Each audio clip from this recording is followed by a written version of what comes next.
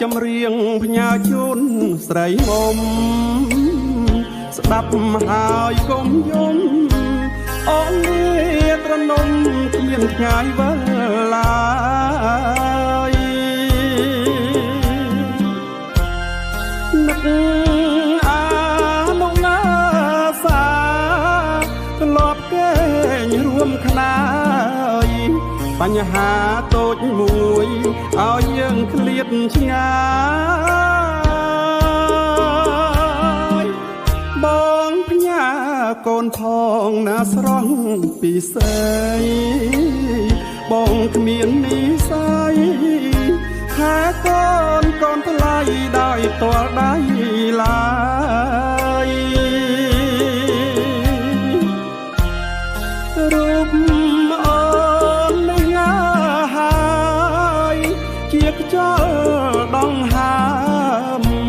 ជាទឹកសន្សើមផ្ដើមកូនឲ្យរស់អោកូនសំឡាញ់ឲ្យប៉ាសុំទោស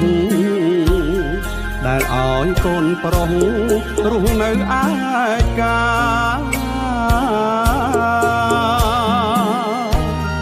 ខ្វះភាព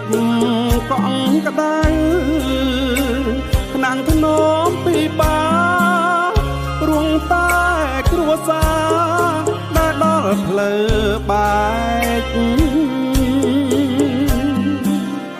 យប់ស្ងាត់ជ្រងំប៉ាយំនឹកកូនពេលនឹកម្ដងចង់ស្ទង់ត្រកងបីបំកាយា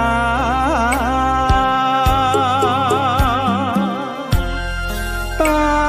ម្ដាយកូនណាថ្លៃគ្មានក្ដីមេត្តាចង់ផ្ដាច់វាសនាប៉ានឹងរូបកូន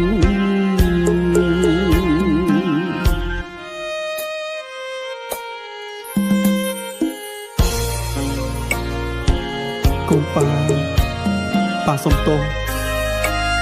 ប៉ាមានសិទ្ធិមើលថែកូនដល់ភាពកក់ក្ដៅឲ្យកូនដូចប៉ាទៀតដទៃកូនកុំយំរកប៉ាណាពេលដែលគ្មានប៉ានៅក្បែរកូនត្រូវតែរឹងមាំកូនត្រូវតែខំរៀន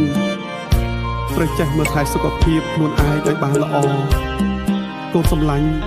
ប៉ាលីហើយឲ្យប៉ាសុំទោសណាអោកូនសំឡាញ់ឲ្យប៉ាសុំទោសដែលឲ្យកូនប្រុស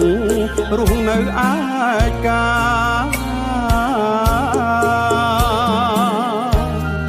ខ្វះភាពកង់ក្ដៅខ្លាំងធ្នមពីបារួងតែគ្រួសារដែលដល់ផ្លូវបែកយប់ស្ងាត់ជ្រងំប៉ាយំនឹកកូនពេលនឹកម្ដងចង់ស្ទង់ត្រកងបីបំកាយា